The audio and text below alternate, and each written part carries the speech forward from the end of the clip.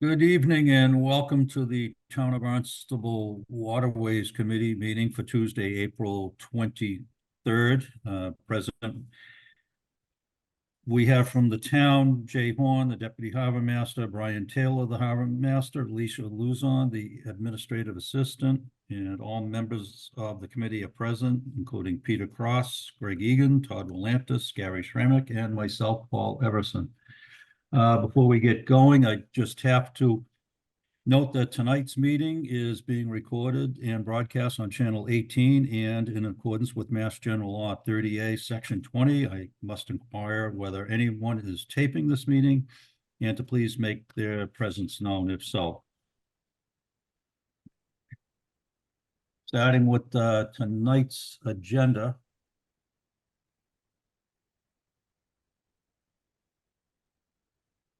We're going to act on the minutes of March the 26th. Everybody had a chance to look at those?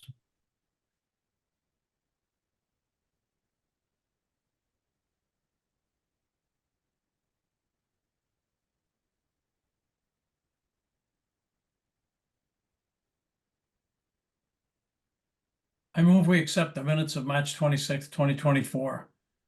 Second. All right. Thank you, Peter. Thank you, Todd. All in favor? Aye. Aye. Aye.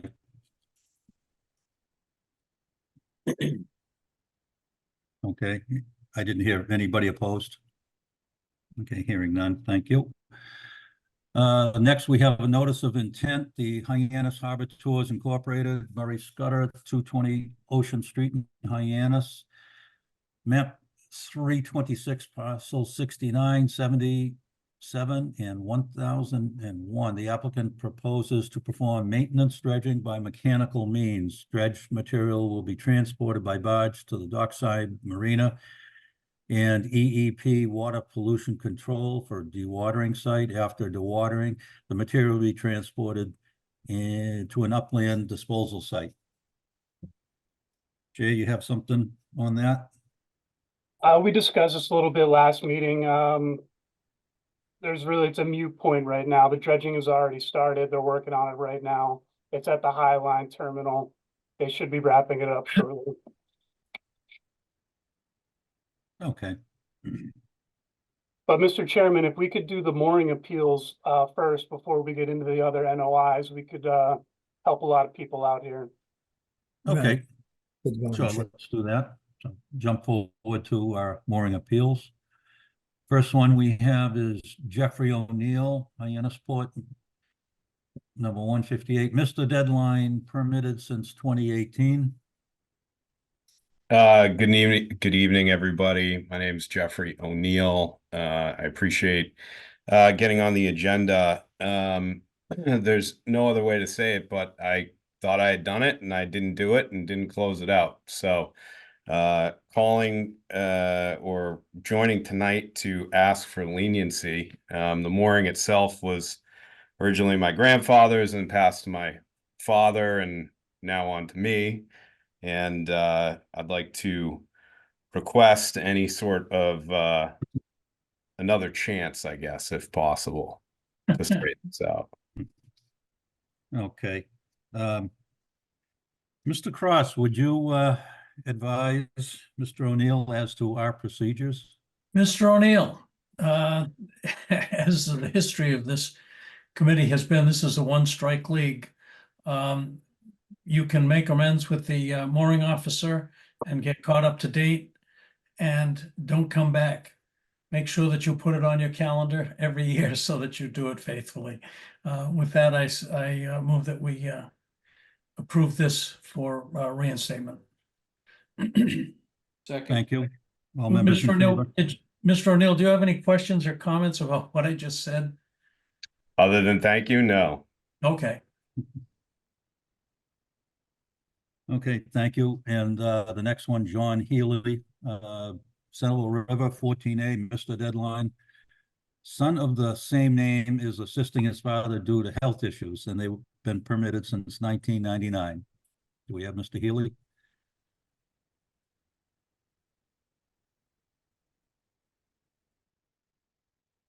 Can you hear me? Yes, sir. Go Hello? ahead. You know, sir. Yes, apologies again, trying to help my dad with his estate, with the mail forwarding and monitoring his emails.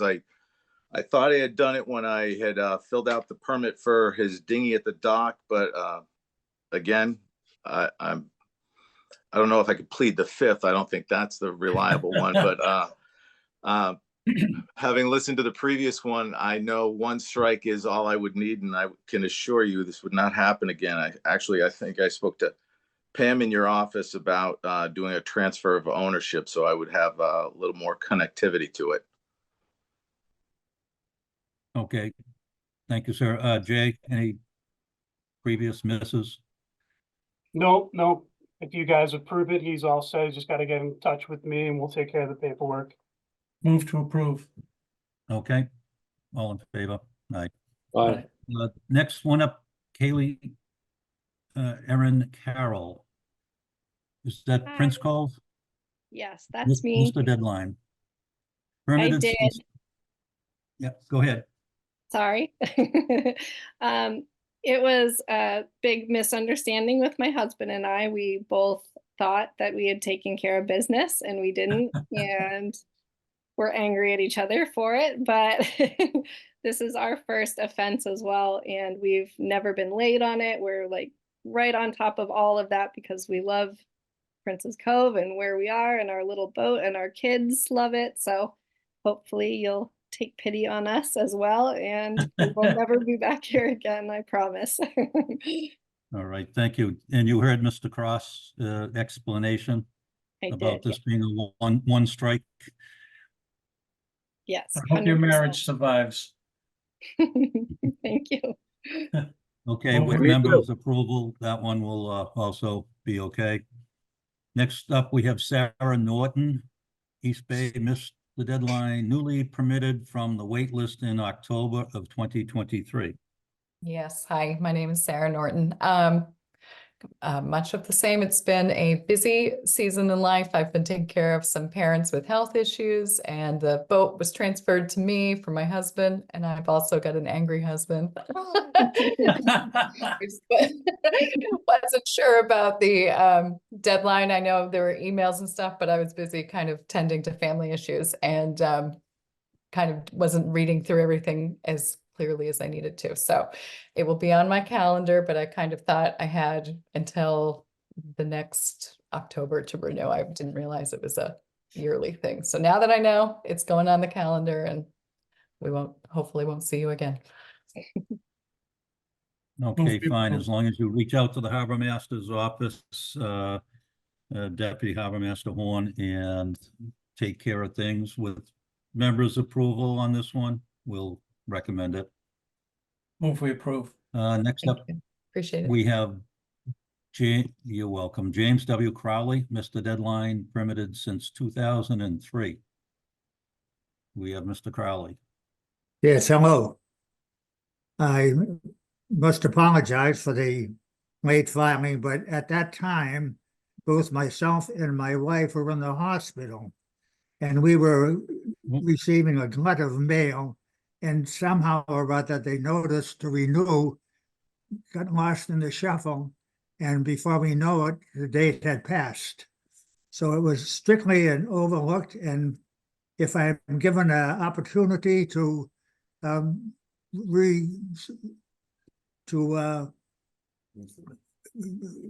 get another permit, or I Renew. Sure. would Okay, certainly. sir, well, hopefully, yeah, I don't want to cut you off, but hopefully you and your wife are on the mend and feeling better. No prior misses on this one, I assume? No, sir. Okay. All right, sir. I hear an approval in the background, so you are all set. Just get in touch with the harbor master's office, Deputy Horn, and get that squared away. Fine, I thank you very much, the committee. You're welcome, sir. Mr. Chairman, Yeah. but before we sir. finish up with this, I hope that the people that are having their renewals approved know that they need to contact Jay at the harbor master's office and go over and settle up with him in person. Because Right, I'm thank afraid you. I'm afraid people are gonna sign off after they get approval and not know that they need to go over to the harbor master's office on Finney's Lane and talk with Jay and settle up over there. Yeah, I think I've been saying that to Right. the I folks have a here. quick question for you. Is there any more of a fee besides the $50 for this missed deadline when we settle up? There's not, you'll be responsible for the original $135, $50 late fee. Yep. And then that'll get you in good standings. Okay, perfect. Thank you. I appreciate it. Yep. Okay, thank you. And Thank lastly, you. we have John Hughes. Missed the deadline in 2023, permitted since 1996, son of John. The son is John Hughes Jr. to assist with this appeal. So do we have Mr. Hughes?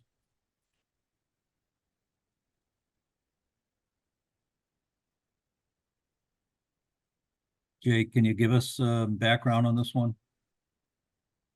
Yeah, I believe the father is deceased and the son is looking to transfer the mooring into his name. He's a year late. To do this legally, he's got to get a letter of intent from the executor of the will, whoever the power of attorney is. We would, handle it just like basically like a mooring transfer, but with the permission from you guys to let him skip that year. He'd be responsible for the fees, but he'd have to pay for 2023 and 2024. Okay, how do you want to handle this one? Do we want, if he's not present for this, do you want to put him off for the next meeting? Yeah, let's put him on for the next meeting. I'll get in touch with him and see what happened tonight. Okay. All right, thank you. Old business, next up, Jacob Angelo, 46 Meadow Lane, West Barnstable. Fish trap weir application continued from February 27th and March 26th. Jay, where do we stand with this right now, as far as any more information from the town side? Yeah, I can jump in if you'd like. Yes, good evening. Good evening, Brian Taylor, Harbor Master. So we did contact legal in regards to the question that Waterways had, whether or not it had to be a 5-year application. And it does not, although most of the applications that we've had for the fish weir permits have been 5 years. So there is a point that Waterways, may say they want it 5 years, or they may say they want it 1 year, and it still has to go to town council, and they really have the final authority to approve it. And if it was less than 5 years, we may have to get a waiver from the state. So there's a couple circumstances if it does get approved for less than 5 years. Okay, thank you. Yeah, for the benefit of the members of the committee.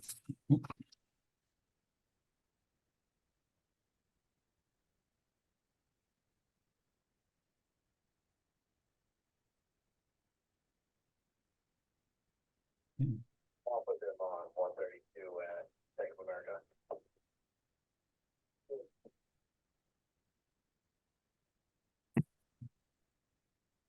Nope, I'm back. Sorry about that. Mass General Law 130, Section 29 is what covers the construction of a weir. And it says in part that the alderman or a city council of a city or the selectmen of a town lying upon coastal waters in writing supplied by the director may authorize any person to construct weirs, pounds, net, or fish traps in tidewater locations where no harbor lines exist, and also in locations beyond established harbor lines, within the limits of such town for a term not exceeding 5 years, as the harbor master just said, and upon such conditions and subject to such regulations that the alderman or city council or selectmen may impose. But no authority so given shall be valid unless approved in writing as to the location, construction by the department and the director, and subject to conditions that he may impose. Now, Brian, when they say the director, is that the director of marine fisheries? Yes, the state. So realistically, Okay. that would be the state of Massachusetts, which has Okay. already approved the project. Okay, all right. And to such conditions as he may impose, not until such authorization together with such approval has been filed with the director. No person shall construct or maintain a weir, pound a fish net, or trap in the tidewater unless in accordance with this section. Okay, so that's in a nutshell what 13029 says about that. So as Harbor Master says, we can make the recommendation up to 5 years. And I think in our last discussion, the two, as I recall, the two issues or the 2 points were, number one, the date originally started in August, and it was proposed by the applicant to go the day after Labor Day. And secondly, was the duration of this. So we do, that question that we had, could we recommend 1 year as a trial period to see how it goes? So we are in our purview to make that recommendation to the town council. So let's, is Jacob present? I see Mr. Lawler is present as well. Yes, I'm here. Towards the end of the meeting, at the last meeting, Mr. Willantis mentioned, which was a big relief to me, the reality of, what this is. It's a business that does require a decent amount of front loading costs to perform. And if I get a 1 year thing or a 2 year thing, and then we get COVID 2.0, and then permitting is delayed and all that, then I'm out of business. So this is something that I take very seriously. When the fish weir is up, it will be maintained basically daily, other than extreme weather events. It's just not something that really is viable for less than a few years so that I can rely on this for an income. And if I may interject, I mean, the town always has the authority under its police powers if something is really amiss to regulate, suspend, take ordinary action to prohibit, whether it's bad behavior or dangerous behavior or something to that effect.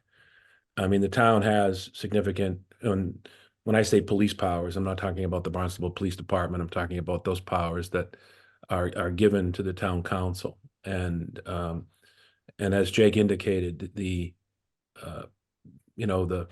business side of it and the practicality side of it is that 5 years is warranted. I also just want to keep stating that these weirs are going to be in the exact same place that they've been for decades.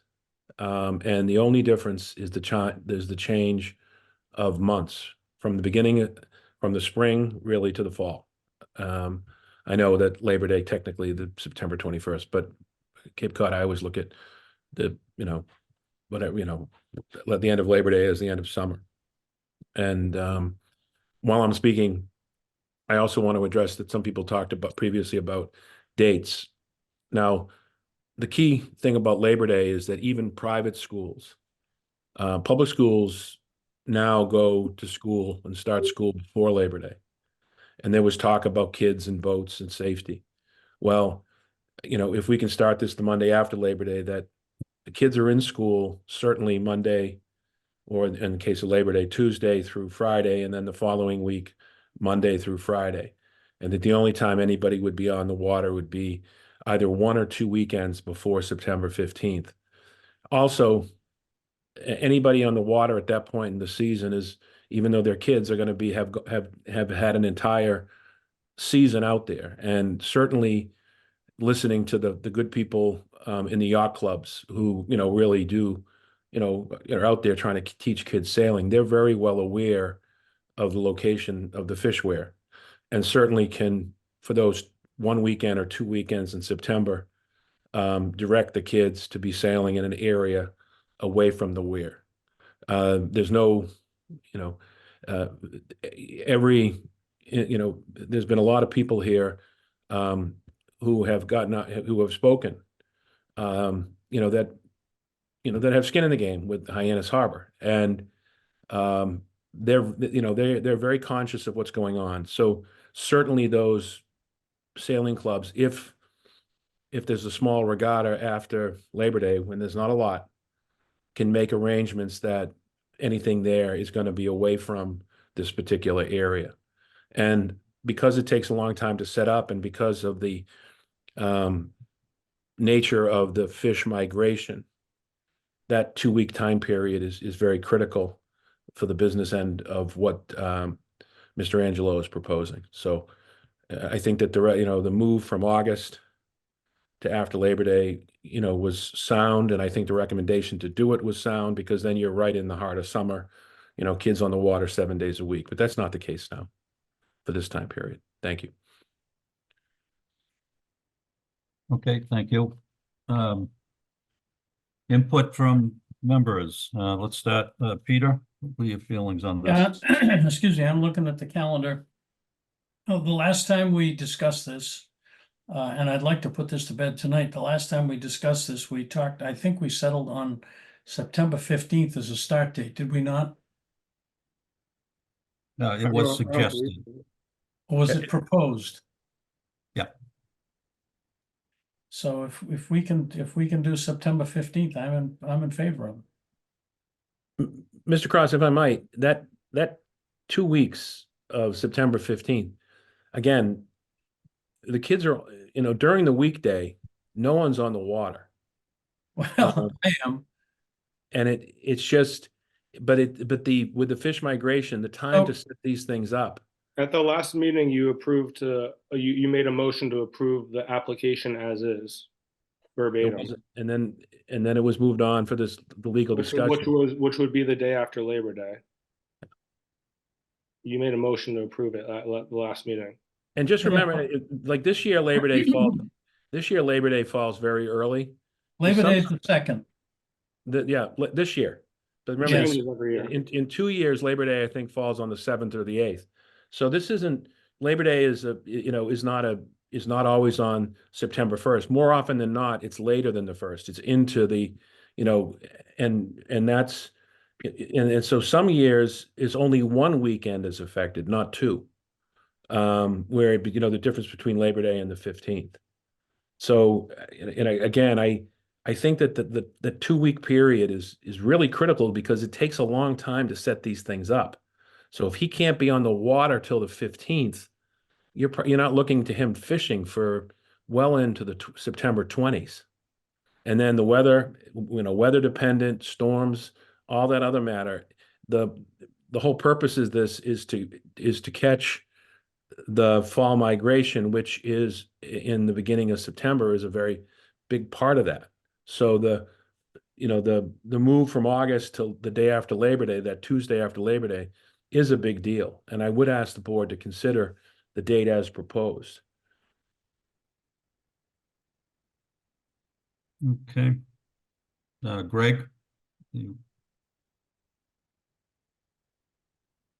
There's been a lot of discussions and different people's opinions on how busy the water is in June, July, and August and September. My perspective is the water sheet is busier in September than it is in June. And I'm very familiar, been out in the water a lot, just like a lot of everybody who's on this call and at this meeting here. I think the continued concern was the danger, and I appreciate that. I also appreciate Mr. Angelo wanted to make a living out there. That was the purpose of my question last meeting, was if he had purchased equipment and had a business plan based on these critical dates, and the applicant had indicated he's borrowing the equipment. So relative to the business end of it, I think the 5-year versus 2-year if he's borrowing the gear, probably isn't as big as an issue as perhaps the fish migration. And I'm not an expert at that. But I would assume that Mr. Lawler has done some research on that and wouldn't want to miss that time. I'm glad that we're past Labor Day. I agree with the other members that the further past that we could get for safety would be the best thing. And so, you know, I'd like to hear what the harbor master has to say about that before we kind of dial this in. I am generally, and I think everyone on the committee, I'm in support of letting Mr. Angelo fish the weirs out there. I'd like to make a comment about the borrowing aspect of things. I would be the last weir fisherman, the weir fisherman that has them permitted in the spring, may or may not decide to renew them. He's much older than I am. I'm not speaking for him, but there's nobody else interested in this fishery.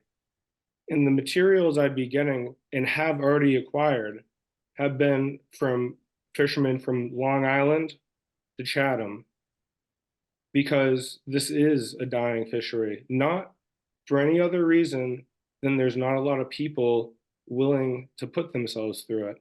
It's not easy, and it requires a serious amount of dedication.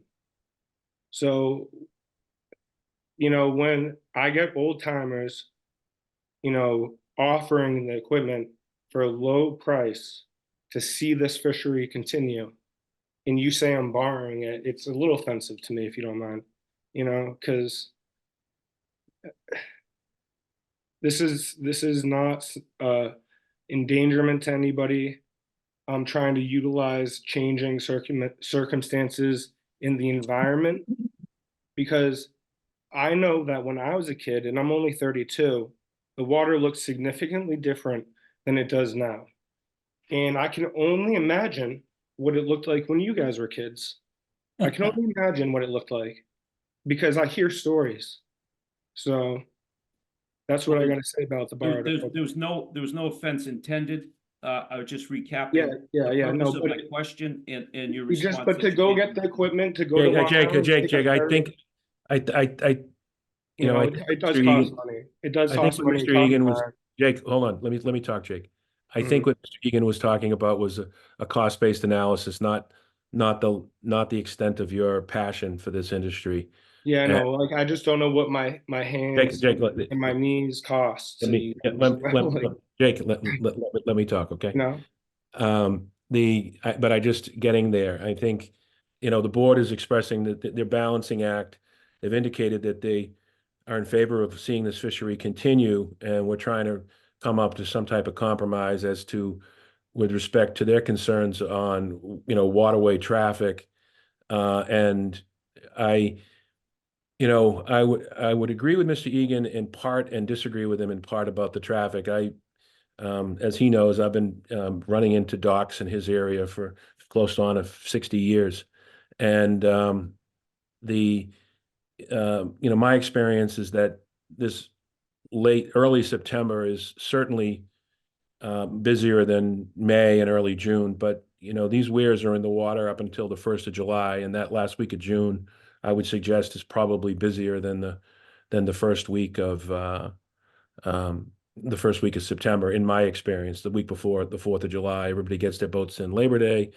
They all want to get them in the water. They don't use them because the water's cold. And then the week before the 4th of July is very busy, at least certainly in my experience in Osterville. But I go back and forth to Hyannis quite a bit on my boat, and have, since I was with my dad in the late 60s and early 70s. So,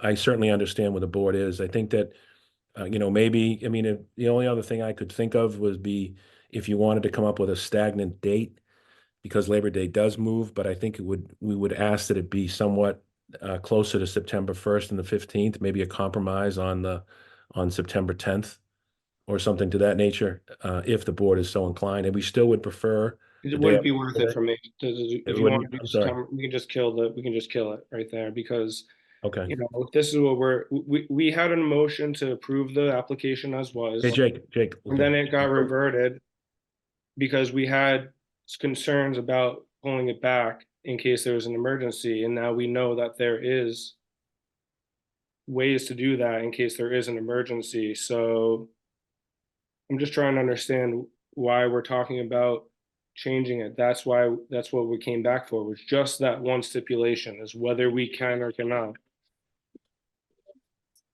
Well, I'm going to stop you there, Mr.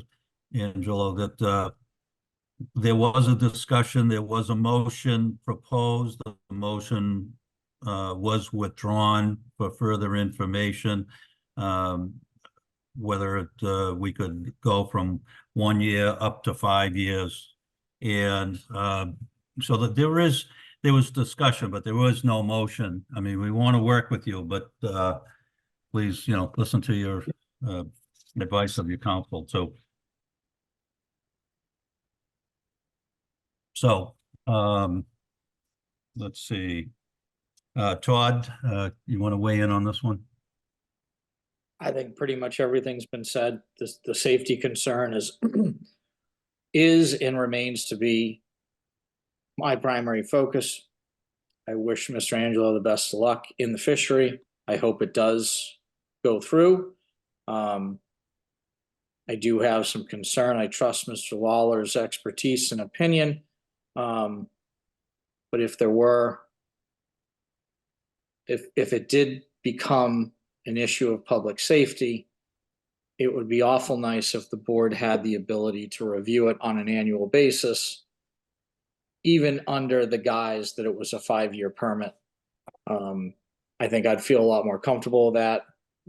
Labor Day is a rolling date. I think it might be wise to set something in stone, like Mr. Egan had suggested.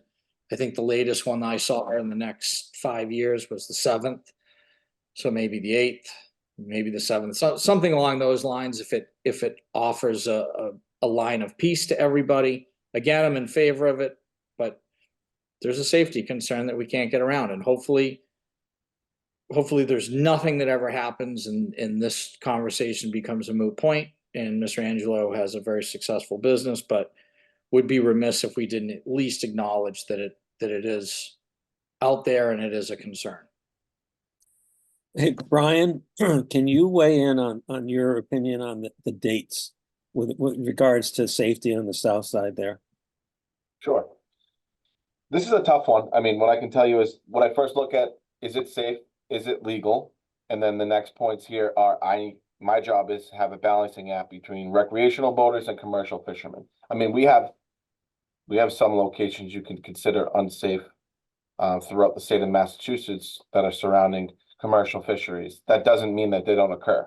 So what I do support within this project is the fact that the fish weir is going to be in the same location as an existing application, and the fact that, like Jacob stated, in the future, to continue on with this commercial industry, he needs to be privy to learning this fishery. And I think it's important that we support that. It's important that I support that. It's also, on the back end of it, it is a safety concern, and that's kind of the first thing I look at. With the location off of Hyannisport, I'm not so much concerned with the location of the fish weir due to the fact that it's in close to the rock area. There's plenty of water out there for some of the yacht clubs to, have the regattas. At the same time, Mr. Everson has stated there has been issues before. I haven't seen them in my time since being harbor master, but at this point, I would support Jacob moving forward with the date after Labor Day. With a preview, like Mr. Walenta just said, maybe we do take a look at it on an annual basis and just have them back. Doesn't mean we can't move forward with the 5-year permit. It doesn't mean we couldn't ask for a stipulation in there to withdraw the permit if it's an issue. That's kind of my thoughts at this point. Okay.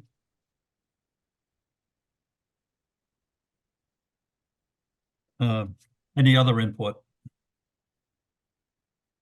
Right, my thought would be that we should annually recommend to the town council that they annually, for the first year, they permit this fish weir in Hyannisport.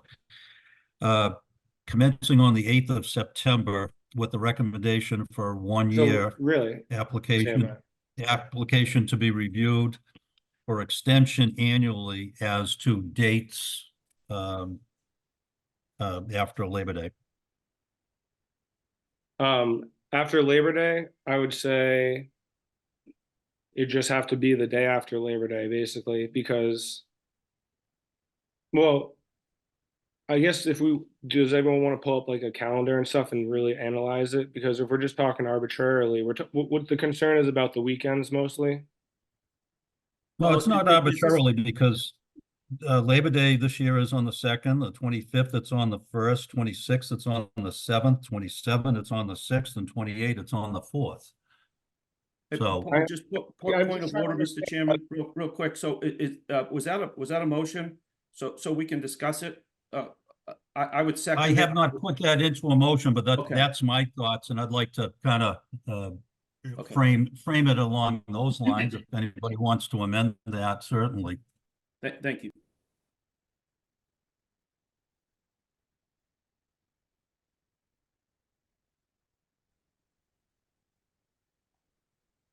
Greg, you had suggested the 15th before. Would you be amenable to something, along the lines for the 8th is basically puts us at some points a week beyond Labor Day, and some points at one point, like in 2026, is only the day after Labor Day. But propose this for 1 year with a review. Now, maybe the review, if it's successful the first year and no problems, it can be extended for more than a year and up to 5 years, as we would discuss it. Yeah, I'm comfortable with that, particularly with the additional data that Mr. Lawler brought to us, and I think Todd Volantis's suggestion for a hard date probably makes sense as well. So yes.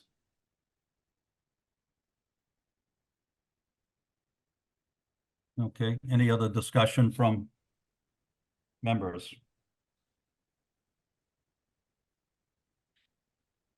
Okay, so I'll make a. I have a question. I just have a question.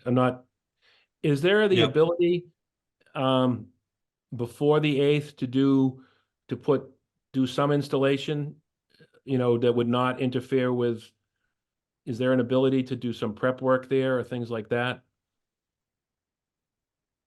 The first thing that goes in is the polls.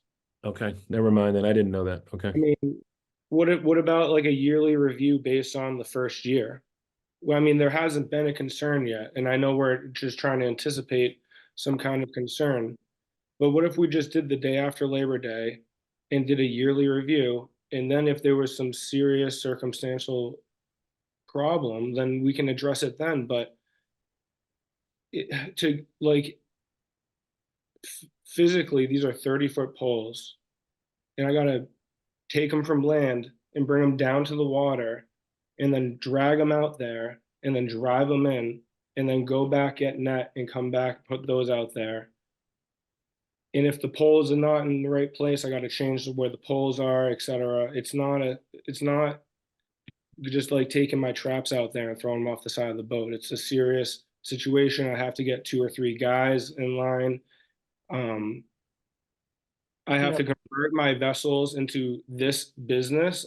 It's from what the businesses, I own 2 commercial boats that are permitted for this, that are set up to do different things during the course of the year. And both boats would be transferred over to this fishery with different things on them to do this. So I think that if we did it the day after Labor Day, and you guys have a problem with it in the first year, if you have a problem with it, put a stipulation that says you got a real bad problem, just cut the cord. But I'm so confident that I'm out there so much that I'd be able to get one of my boats that's out there to stop somebody, unless they're in the middle of the night and they don't know what they're doing. But where they are is tucked into a corner of hazards in shallow water. So if you were at night in sound mind traveling through here, you would give proper distance from these areas because there's already other hazards around them. You understand what I'm saying? Again, Yes, sir, but you want to make sure you listen to what I had said about this would be reviewed annually. And I think, No, I- commencing on the 8th, Could we commencing do on the 8th we for do it this early? year, sir, let me finish. All right. Commencing on the 8th for this year is probably going to give you the best, Okay. the best compromise for, the folks that don't want to see it out there. You can, again, be reviewed annually, and if that date, if there's no problem with this and it looks like it can be advanced, then that can certainly be amended. And our recommendation for an annual could be extended out to 5 years. I know you're trying to develop a business here too, but our concern is it's the use of the waterway by everybody and the popularity of that area, particularly. Let's get past Labor Day and not just the day after Labor. Let's give it a little bit of breathing room. I know Mr. Lawler had suggested that we come back to maybe on the 10th as a compromise from the 15th. So this is actually advancing it up a couple of days for you. Now, And Chairman, are you suggesting that possibly on the review, if we and, with combined of lack of incident, deem that it isn't a safety concern, at that point, would maybe the board be considering to altering that date more in Mr. Angelo's favor? yes, I think it's always going to be a safety concern. But as you say, it's the balancing act of the greater use of the waterway by everybody. And yes, if the first year goes successful and there's no incidents, or if certainly, things do happen, but I would say if there are no adverse events caused by this fish weir, then yeah, certainly take a look at it. And as the fishery changes, maybe the time moves back, maybe the time would move forward. But I think, being the first year and basically an experiment and a trial, although the weir has been in that location, in the springtime before, this is a little bit different. So I think if we ease into this with the ability to amend it, I think it would be the way to go. Are there more people on the water on June 25th or the day after Labor Day? I don't think anyone here is going to be able to answer that question, to be honest with you. I mean, I worked at Oyster Harbor as my younger years. I've been here my whole life, and I would say that the week before 4th of July is when all the boats at Oyster Harbors are in the water. But the day after, as soon as, end of August comes around, people just start dropping off their boat at the fuel dock without any reservation, just to get them out of the water, just they're done. There's people. And some of the best boating weather we have on Cape Cod is in September and October too. I agree. So, I mean, we could argue that or comment on that back and forth, but I don't think that's going to advance things here. Okay. So I would put it as a motion to annually permit this application for the fish weir in the location in Hyannisport commencing on the 8th of September with the recommendation for 1 year, the application to be reviewed for an extension annually as to the date of commencement. That would be my and second by Peter. Any further discussion?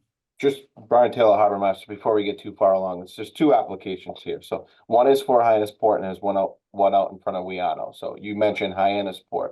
Secondly, I need a little bit of clarification on what we're gonna send to the town manager. Are we supporting a 5-year permit with a annual review, and the ability to ask town council within those 5 years? Because town council is really the only one here that's gonna say yes or no. right? Right. The Waterways is making a recommendation. So are we saying it's 5 years, but the Waterways Committee is gonna do an annual review and report to town council if we believe it's an issue? Or is written within the actual approval going to be that the Waterways Committee has the authority to, or the harbor master has the authority to stop the application as, there's a few different ways to go about this, so we just need some clarification on exactly what we're gonna communicate to the town manager. Now, in my proposal, it would be that we recommend to the town council a 1-year permit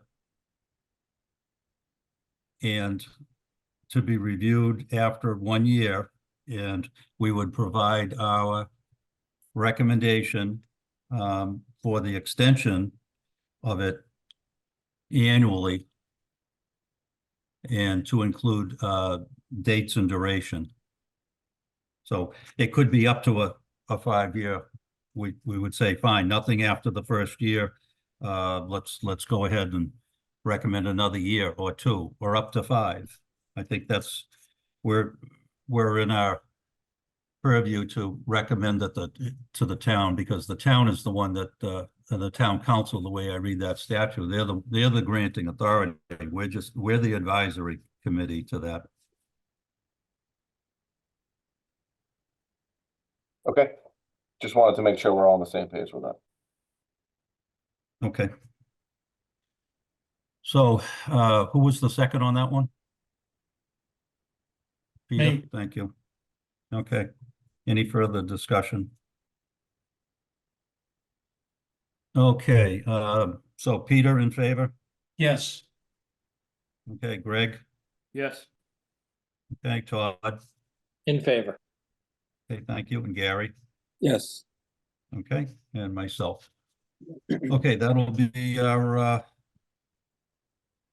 conclusion of that. So good luck to you, sir. Thank you, guys. I really very hope much. you're proud, okay? Thank you All for your right, thank you. much appreciate it. And people forget, you guys are volunteers. This is Thursday night, and at least, thank you very much. Mr. Chairman, didn't Right. we have some things at the top of the agenda that we skipped over? Yes. I think we I'm sorry, went well, directly to mooring appeals. yeah, we did. So we got to go back up to the we did the first NOI, which was Highline. Jay, if you can back that up.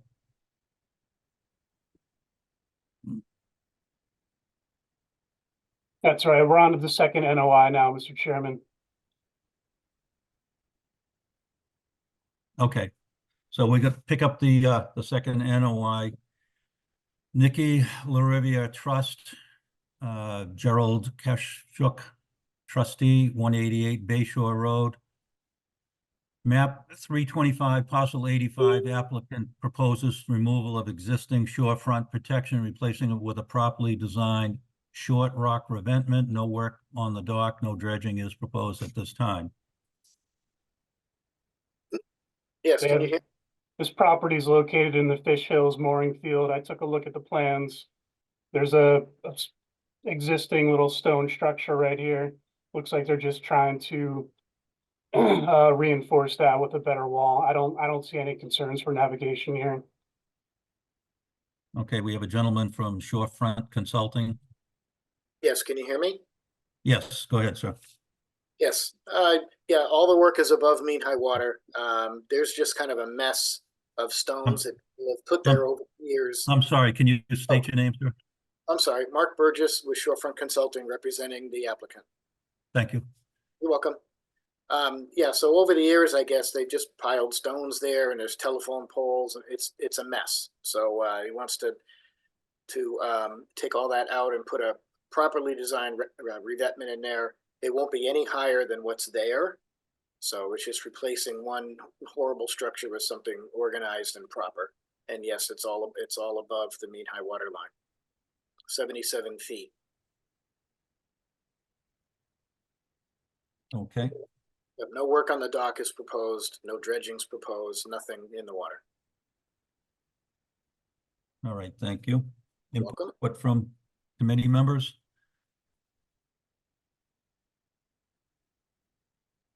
Okay, Harbor Master's position on this, I think, Jay, you said that you folks are okay with this one? Yeah, no concerns with navigation here. Okay. All right, so let's vote on this one. All in favor, Peter? Yes. Okay, Craig, In favor? thank you, Todd, In favor. and Gary, In favor. and myself in favor. Okay, thank you, that's approved. Thank you very much. Thank you, sir. I have the next one too. Okay.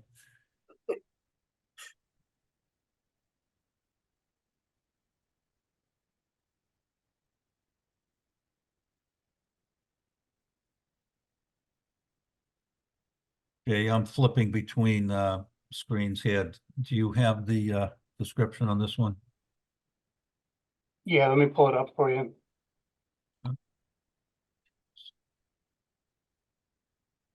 There you go. Can you see my screen? Number 3. There we go. Okay, thank you. George and Laurie Attar, 8306 Long Beach Road in Barnstable. Map 185, parcel 24, applicant proposes reconstruction of the existing dock and extending it 13 feet for a total of 29 feet long. The floats will be shortened to 2 8x16 floats. The dock is proposed to be raised up 3 feet. Okay. Yes, so for the record again, Mark Burgess of Shorefront Consulting representing the applicant here. This is a shared use dock on the Centerville River. And over the years, the applicant has noticed that it's getting shallower, at least on his side, and the boat, and on the extreme low tides, even the bow of the boat is on the mud and the floats are on the mud. Now the dock and the dock was permitted and licensed around 1994 or 1996, I think.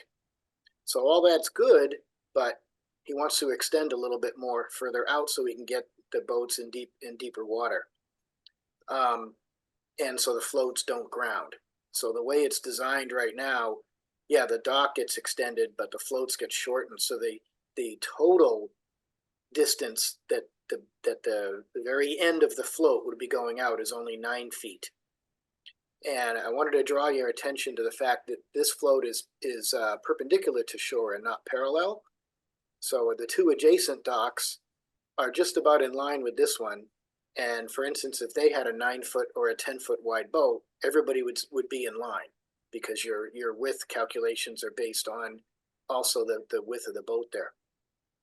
Here we would be going out 9 feet, but the boat never goes beyond the end of the float.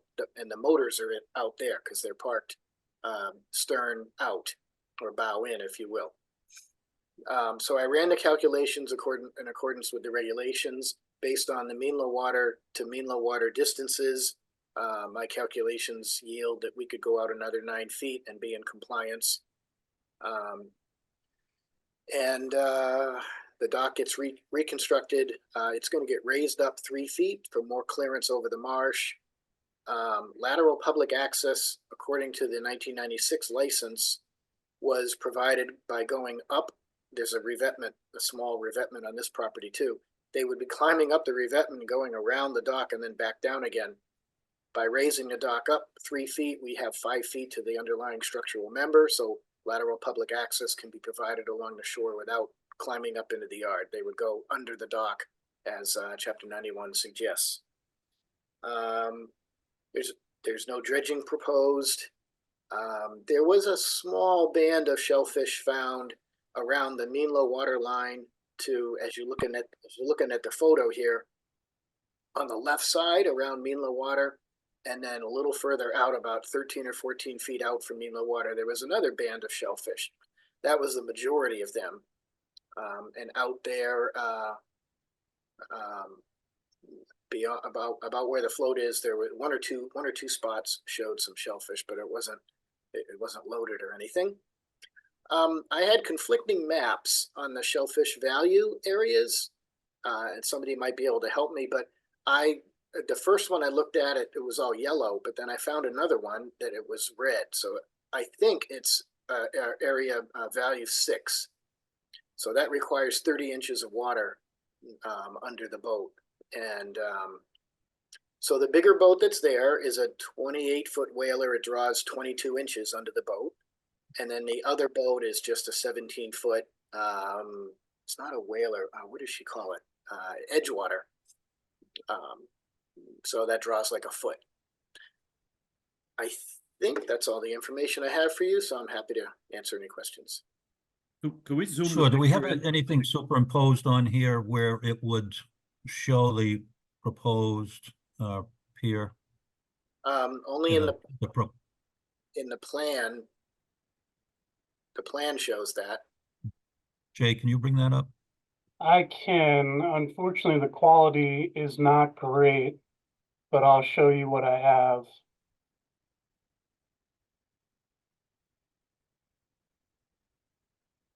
If anyone can make sense of this. That's the original license plan from 1996 or so. Yeah, that's the only thing I've received. This was a last minute addition to the agenda today. So this is the only thing I could find. Scroll all the way to the bottom of that document.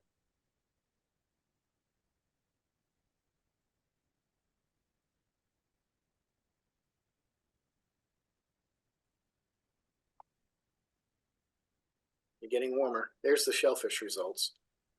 And there's the plan. Okay, thank you, sir.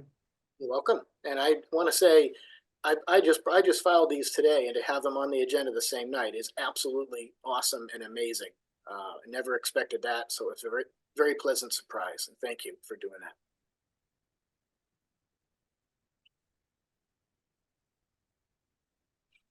So section AA elevation in the blue shows what's there, and then in the dark white, black, sorry, shows the proposed. But basically, if you look at the piling that's out there now, it's just going to move out 9 feet. That's it. Excuse me, Brian Taylor, Harbor Master. Quick question.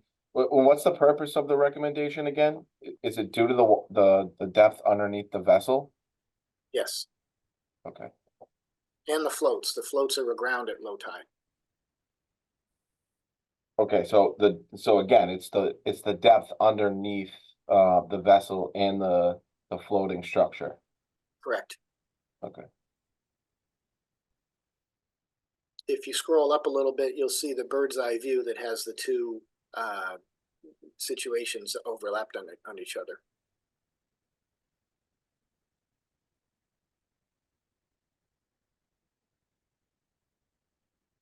And then to the left. They're not going to be changing boats. This is being configured to the existing boats. Correct. But the plans aren't going to dictate whether or not in the future they can change boats, correct? I have no idea what they're going to do. But is there going to be a stipulation that this size boat is the only boat that's going to remain on this floating dock? Well, I think for the local regulations for conservation, because if I'm correct in that it's a value 6 shellfish area, that's considered high value, and they want 30 inches of clearance to the bottom of the boat. So I guess technically they would be in violation if they put a bigger boat there that drew less than 30 inches. But not a bigger. I'm sorry, that went into the 30 inches. So this boat only draws 22 inches, but there's like, well, it's over 4 feet of clearance at the, anyway, the boat sits in more than 30 inches of water. But that's probably the better way to say it. I'm sorry.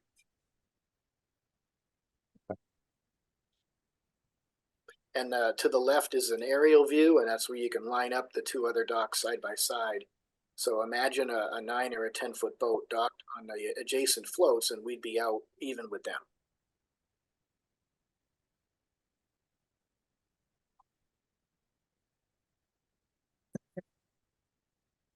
All right, that's one of the benchmarks we try to look at as to where does this dock extend, the limits of this dock, and I understand, where the boats be bow in, and and a dock on both the left and right one sticking out. Our concern always is distance to the channel. Okay. That's a better picture. That's existing right now. That's one of your, I think that's one of your aerials from the GIS, perhaps. It's not Google Earth. I don't think. It's not mine. I don't know. Yeah, this is Okay. Harbor Master GIS. Okay. Joe, Jay, can you show the distance between the end to the other side, the other boat on the other side? What are you talking about, Brian? Can you show Straight across. yeah, the distance across to the boat on the other side of the Centerville River? Oh, yeah.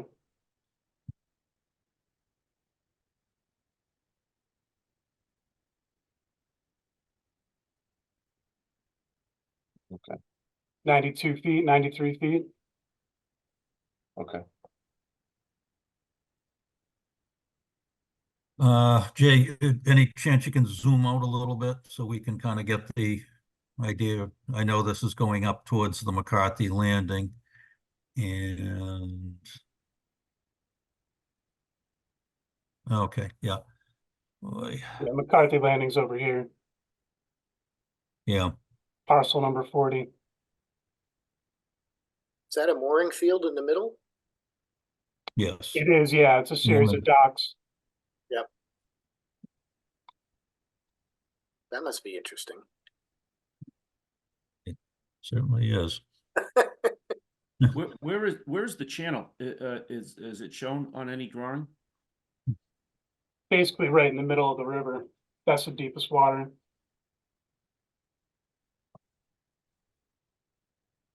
Right, it does favor the side to the dock that is being proposed. The other opposite side there, it does shallow up, particularly as you go further to the west. The channel does, favor to the east side of the river.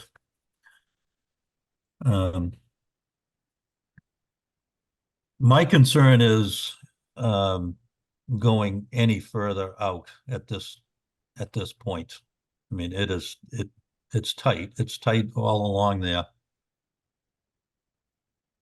And, I get the idea of trying to bow in and, get in a little closer, but so what's the depth right now of the stern of the whaler, the big whaler as it sits right now? How much water is underneath the stern? Just a second, I'll scale it for you. At the end of the floats right now is 4.4 feet. But at the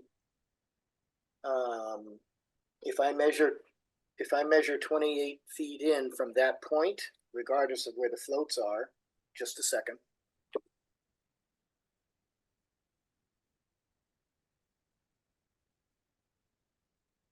I'm in slightly less than a foot of water. Okay, and looking at this picture that we see here, so the area shaded in blue, the property lines, the beginning of this is the fixed pier right up to the water, and then the boats are attached to a float. Is that what I see there? I think that's what you're saying, yeah. The dock is the narrow part that's within the blue, and then the floats, and then the float right at the edge of right at the edge of the blue, and they go out. All right, so there's a rampway from the dock down onto the float? Correct. Okay. And it's the front of the float, the shore side, that will go aground or be in a foot of water, and the back end of the float is generally in 4 feet of water. Right. Right now the floats are aground. And it's funny, the license shows them aground, so I don't know how that happened, but right now the floats are aground. When I move it out, there'll be 5.8 feet of water at the stern, and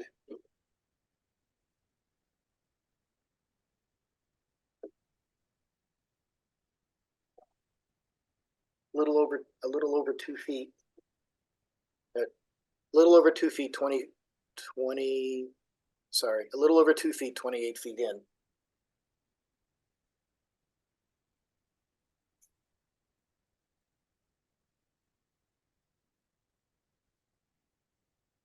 Okay. Now, I have a concern that we're going beyond those other existing docks. Now, you do have the dock to the left of it, there, it shows a boat on the outside of that one there, and we draw that line. And it's already a little bit, in what I can see here, it's already a little bit beyond the dock to the right of it. And anything further out with that dock basically opposing it on the other side is, I think it's going to be too tight. I agree. It's right at a choke point there. So you have about, So, you'd have about 80 feet, 80 feet of width to transit.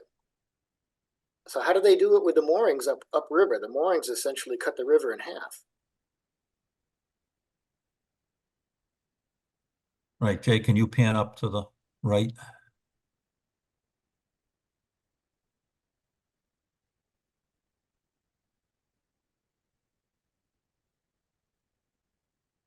And I certainly don't mean to be funny when I say this, but if you own a boat that's worth probably 6 digits, you better know how to run it.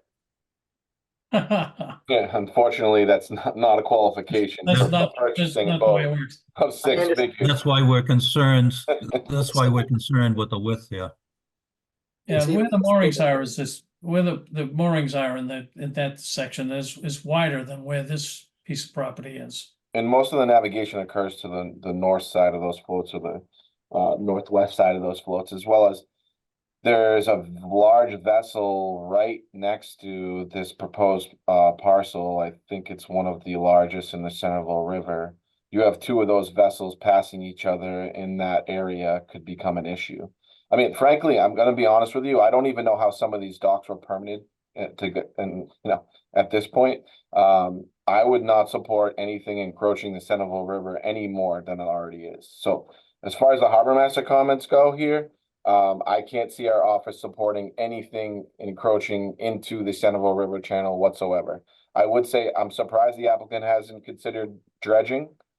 We have to dredge some locations within our own marinas, and as well as, town landings and ramps. And I think the better thing here would be to consider dredging at this parcel. I'm not sure that any improvement dredging is allowed in the entire town except in Barnstable Harbor. Am I wrong? Yeah, that's incorrect. We do have maintenance dredging and dredging at a few other parcels throughout the town that are on the south side. So, a lift type service here could work. Dredging, maintenance dredging, but as far as harbor master comments go, I'd have a hard time with going into the Centerville River any more than all these docks already are. Can you? I'm seeking to understand the maintenance dredging part. There's no dredging permit at this site, so it's never been dredged before. So I think the commission would consider this improvement dredging, which isn't allowed, at least from my knowledge base. Yeah, no, I was just stating that there are locations that have had improvement dredging, as well as there are locations. We just did dredging at Bismore Park. We just had a previous one in Hyannis in the harbor. I can't really speak to whether or not it'd be permitted or what the process is for that application, but from my standpoint, expanding the dock further out into the Centerville River is not something I'd be open to at this time.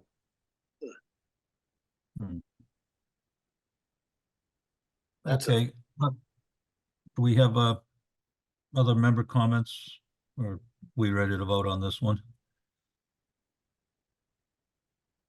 Ready. Okay, Peter. I'm not in favor of it. I agree with the harbor master completely that having been in there many, many times, it's tight as it is, especially at low tide. In fact, I don't go there at low tide. No. Okay, thank you, Greg. Not in favor. Okay, Todd. I'm not in favor either. Okay, Gary. Not in favor. All right, and I would not be in support of it for those reasons stated about encroachment on the channel. So I would just say to the applicant, let's look at a possibility of a dredging situation here to improve the water underneath there. And if he's not allowed to do that, what are our options then, please?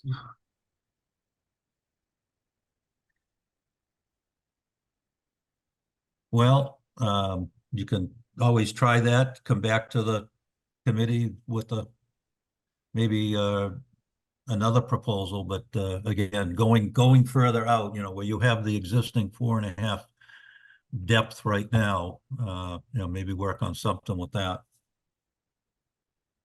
Yeah, we went through a couple of options with this one. I thought about turning the float perpendicular and bringing it in. Because it's a shared use dock, we'd have to be able to put both boats on there. So you either have a long set of floats, 29 foot and 17. I know you don't need floats for every inch of boat. I get it. 29 feet or 28 feet and 17 or 16, 40 something. Yeah, you could probably get by with 40 feet of floats perpendicular to the shoreline, and then I have to see how far in I can get them. I guess according to the regs, I'd need 30 inches of clearance under the float, and then the boats might have more. So I can see if that would fit. Would that be something you guys might consider? Yeah, we'd certainly take a look at that, because it sounds like that wouldn't be extending further out into the channel. Again, our kind of benchmark is to stand on one dock, look through one, look down to the next one, and if we're not going further out into that crowded channel, then that's usually one avenue we approach that it adds not a further encroachment on the channel. That would be certainly more agreeable than going further out on this one. Mr. Chairman, if I will, maybe even a Yes. betterment, to the plan and less of an encroachment than existing if such a scenario would be really favorable. Because as the harbor master stated, it's hard to conceive that some of these docks were permitted originally. And as we have the opportunity to look at some of these situations, I think it should be encouraged to any applicant that they look at bettering the situation rather than pushing it as far out as they can. Yeah, certainly that in concert with a dredge, and hopefully that the dredge wouldn't have to be as drastic, with the reconfiguration. I think that would be something agreeable. Okay, sir. Well, thank you for your time. Thank you very much. All right, moving on, we have Maria G. and Peter J. Small, 339 Eel River Road in Barnstable. Map 115, parcel 030, applicant proposes to install float piles to secure the float instead of existing bracket, which will provide more secure anchoring of the float and easier seasonal removal than the existing system.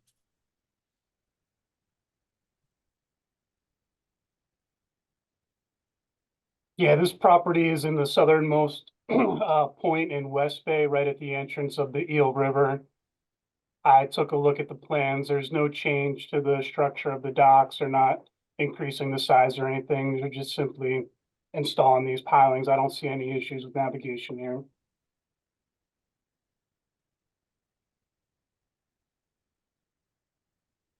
Okay, so we're not going out into the navigable water with any of this project? That's correct. Okay.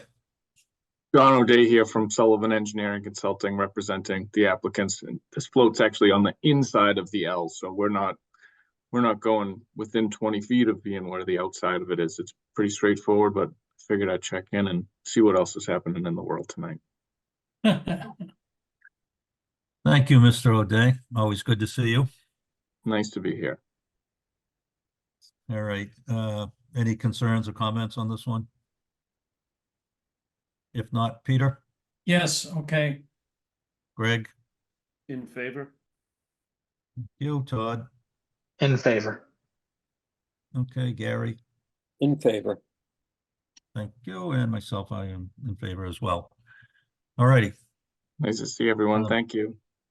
thank you. Next up, and thanks for catching those NOIs, Peter, because I just had the one, I'm going off of today's email. I only had the one there, so we have those. Now we have finished all the mooring appeals. The first order of all Excuse me, business taken I'm care sorry, of. this Now is we have John Hughes. mooring regulations. Excuse me, this is John Hughes. I'm sorry, I had technical difficulties. I'm the last on the Okay. mooring appeal number 6. Yes. Okay, Mr. Hughes, go ahead. So my father's had that permit since 1996. Had some health issues in late 2022. Somebody dropped the ball on the 2023 payment, and then I purchased the house a couple weeks ago with the understanding that it was part of the HOA and it was transferred to me by that, and I was wrong. So I'm appealing to try to save that mooring for my family so that my kids can have the legacy that my father created 30 years ago, and that my father can enjoy the boat while he's still here. Okay, so it would appear, Mr. Chairman, that Mr. Hughes needs to get his father to transfer the mooring to him, and then the permit can be cleaned up. Is that right, Jay? Yeah, we would need permission from the Waterways to allow him to pay for the 2023 permit, the 2024 permit. He'd be responsible for the fees and the late fees associated with those two. And then, yes, you'd have to complete the mooring transfer from your father to yourself. That's how we would do that. Okay. And I can work with your office on all that? Yeah, absolutely. Jay, have you filled this spot? I have, so, you're probably not going to be in the exact same location. Is this right behind your house or in the mooring field? It's in the mooring field. It's probably the second closest one to that dock from CBS. Okay. So yeah, you might not be in the same exact location where you're going to need a new mooring ball number, but we can make it work, Mr. Hughes. Thank you. And who was the woman I spoke to in your office? I'm sorry, I didn't catch her name. I was driving at the time. That's Pam Schweider. She's not here tonight. Pam's in Hawaii. Yeah. Yes. Okay. Great. okay, so we're all set with that one, Peter? You in favor of that? Yes. Okay, Greg, Yes. Todd, In favor. thank you, Gary, Yes. and I'm in favor as well. So, Jay, you'll be able to make that necessary paperwork with Mr. Hughes. That'd be great. Yeah, we'll take care of them. Mr. Hughes, make sure that you update your mailing address with the mooring officer so that next year's renewals or any other permits will go to you instead of to your father. Will do. Thank you. Great, thank you, sir. Okay, Thank you, gentlemen. I appreciate it. you're welcome. So let's go back to mooring regulations. Yeah, so we get permission to take mooring regulations and waitlist offerings in the same kind of conjunction here. So mooring regulations are still up in the air. We need to have a town meeting, but I think before we do that, we need to talk internally. It sounds like from the last meeting we had with Waterways, there's some and internally here, there's some interest in changing how the waitlist offerings go, whether or not it's, every 3 years, or every year. If the person passes, they fall to the bottom of the list. If they pass 3 times, they fall to the bottom of the list. So I think we need to have an internal conversation whether or not we want to come back to the board with changes to the regulations before we actually have a town meeting and put them into effect. Because it sounds like from the last time we talked, there's some interest in whether putting people at the bottom of the list, maybe not removing them, but putting people at the bottom of the list. So I think over the next month, we have to have an internal conversation and come back to Waterways in May and either say we're looking to keep the regulations as written, or we're looking to change this piece of the regulations to adhere to some of the interests that's Waterways has had, but be open to having a conversation about it. Yeah, the only Okay. thing I would add is that, it's already too late for 2024. I've been offering moorings for the last 2 months, so there's nothing I can do about making these changes right now, but I was gonna move this till like September, get us through the summer, have maybe a workshop about it so that we can really talk about what we're gonna do to clean this up and then, put it in effect for 2025. That would be my recommendation. Okay. We do, on the marina fees that's scheduled for May 21st, you can see we do have a Zoom workshop at 6 p.m. prior to the 7 p.m. meeting. And an August in-person date needs to be set. Can you explain a little further on that? Yeah, so we wanted to do a scheduled Zoom meeting, invite all the slip holders to talk about the marina fee structure and some proposed fees we'd like to initiate for 2025. That would be calendar year 2025.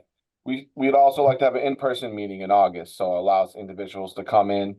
Maybe we can get through some of the workshop, kind of hone in on one fee structure we're looking at, and then propose something in person, sort of a town meeting type of venue in August. We did one similar with the Hyannisport reconfiguration.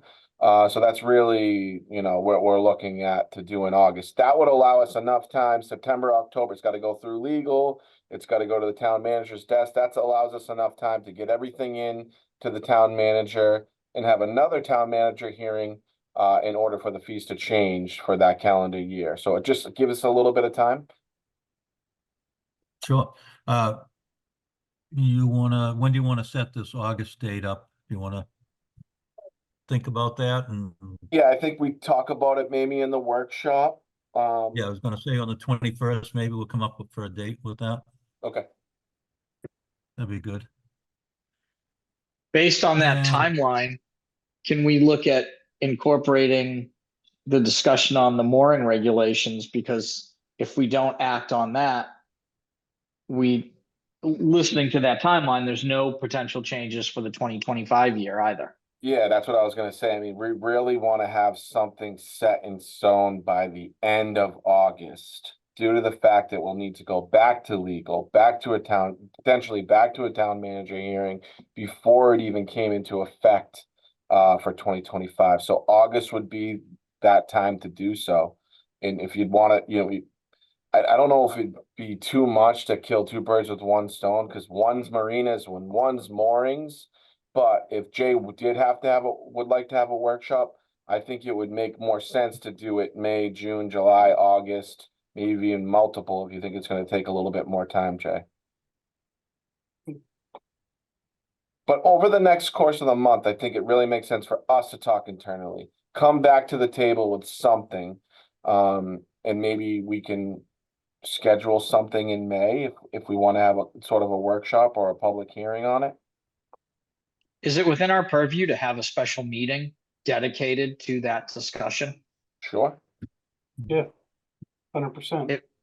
It might be a great idea, just that way we don't get bogged down in pending business and everything else, and we can listen to proposals and discuss the ins and outs of it and hopefully move it forward a little bit at a special meeting if everybody would be amenable to such a thing.